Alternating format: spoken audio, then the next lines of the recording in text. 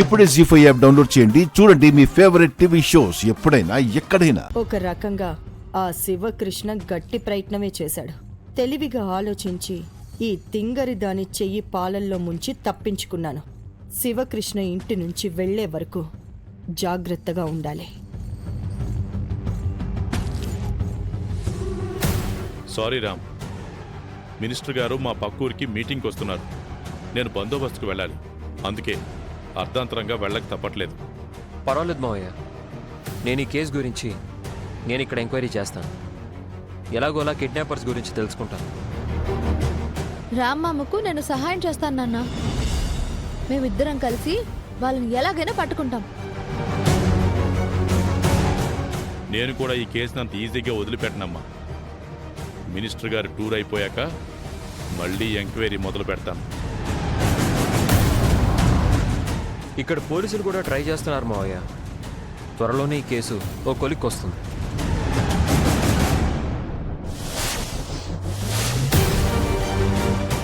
ఈ కేసు అంతా స్టడీ చేశాక నాకు ఓ విషయం అర్థం కాలేదు. కిడ్నాప్ చేసిన వాళ్ళు సీత ఒంటిపై ఉన్న నగలు తీసుకోలేదు, ఫోన్ చేసి డబ్బులు కూడా అడగలేదు. సీతని చంపాలనుకుంటున్నారు. అంత కోపం వాళ్ళకి సీత మీద ఎందుకుంటుంది? అవును నాన్న, నన్ను చంపడమే వాళ్ళ లక్ష్యం అన్నట్టు ప్రవర్తించారు. రామ్మమ్మ రాకపోయి ఉంటే నేను చనిపోయి ఉండేదాన్నేమో. ఒకవేళ ఈ కిడ్నాపర్లకు ఎవరైనా డబ్బులు ఇచ్చి సీతని చంపమన్నారేమో. అదే జరుగుండాలి. వాళ్ళకెవరో సుపారీ ఇచ్చారు. కానీ సీతని చంపాల్సిన అవసరం ఎవరికుంటుంది?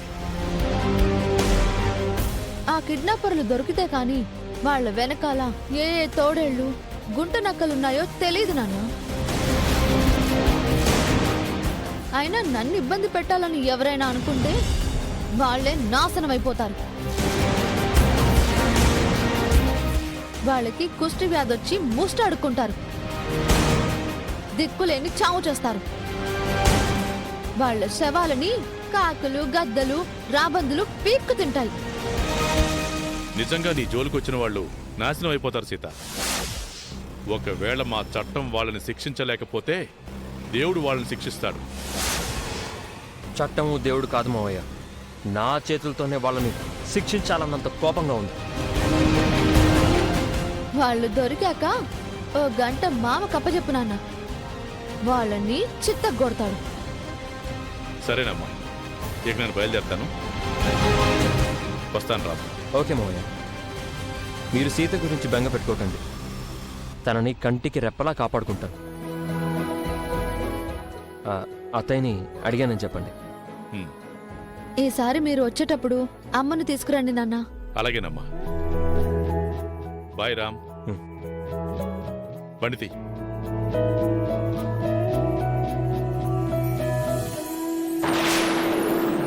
బాయ్.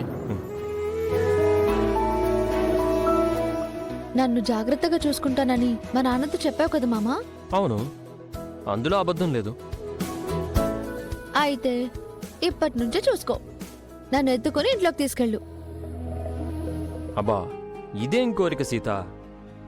ఇప్పుడు బానే ఉన్నావుగా. ఉంటే మాత్రం తీసుకెళ్ళవా? నువ్వు అడిగాక కాదంటానా.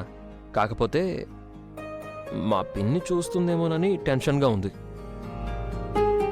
చూస్తే చూడు నువ్వు మామా. మనం చాలా అన్యోన్యంగా ఉన్నామని ఆవిడ కళ్ళల్లో నిప్పులు.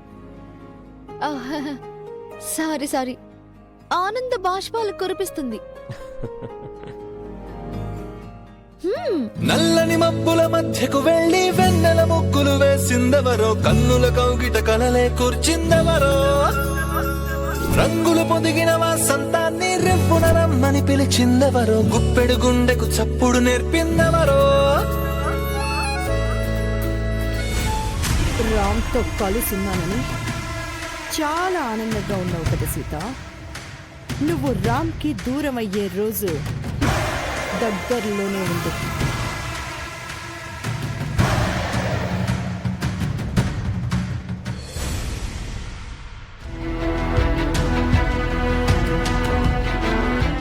ఇక్కడ వెయిట్ చేయమన్నా వెంటన్నా.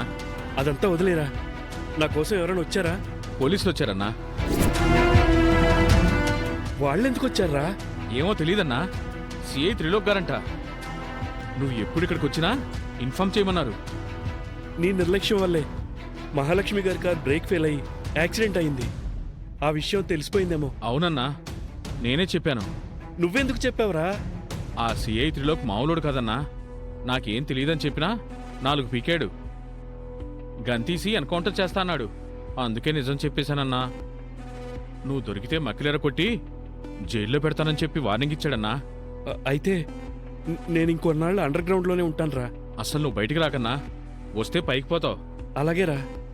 నేను ఇలా వచ్చి వెళ్ళినట్టు సిఐ గారికి చెప్పొద్దు. సరే అన్నా. మహాలక్ష్మి గారికి తెలిసినా నన్ను షూట్ చేసి చంపేస్తుంది. సరేరా, షాప్ జాగ్రత్తగా చూసుకో. సరే అన్నా.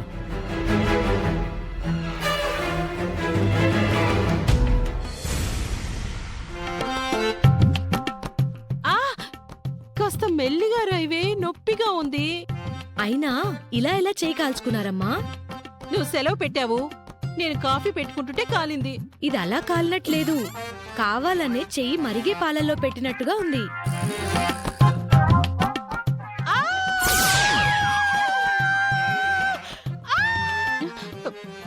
నేను పెట్టలేదే, ఆ మహాలక్ష్మి రాక్షసి పెట్టింది.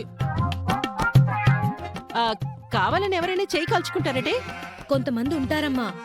ఈ మధ్య అందరికీ రీల్స్ పిచ్చి పట్టుకుంది కదా, లైకుల కోసం ఏమైనా చేస్తున్నారు. అంటే నేను కూడా రీల్స్ కోసం చేయి కాల్చుకున్నాను అంటున్నావా? నిన్ను అమ్మా నొప్పి. హలో రేవతి పిన్ని, నేను సీతని. ఒక గుడ్ న్యూస్. ఏం సీత? నన్ను కిడ్నాప్ చేసిన వాళ్ళ గురించి తెలిసింది.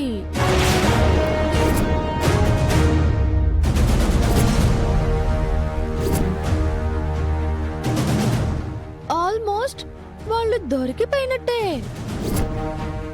అవునా సీత, ఎలా తెలిసింది? మా నాన్న ఎంక్వైరీ చేస్తే ఆ కిడ్నాపర్స్ వివరాలు తెలిసాయంట. 2-3 రోజుల్లో అసలు దొంగలు బయటకొస్తారు. నువ్వు చెప్పేది నిజమా సీత? నీ మీద ఒట్టు చిన్నత్తయ్యా. ఇప్పుడే మా నాన్న ఫోన్ చేసి చెప్పారు. మీ నాన్న కిడ్నాపర్లు ఎవరని చెప్పారు? వాళ్ళెవరైతే ఏంటమ్మా, సీతమ్మకి జరిగిందంతా సాంబనాతో చెప్పాడు. అలాంటి వాళ్లకు కాళ్ళు చేతులు తీసేయాలి, వీధుల్లో ముష్టెత్తుకునేలా చేయాలి. నేను అదే అంటున్నాను రాజమక్క. నేరం చేసిన వాళ్ళకంటే చేయించిన వాళ్ళు ఇంకా పెద్ద నేరస్తులు. అసలు శిక్ష వాళ్లకు పడాలి. జీ5 యాప్ డౌన్లోడ్ చేసి అన్ని ఎపిసోడ్స్ పూర్తి ఉచితంగా చూడండి.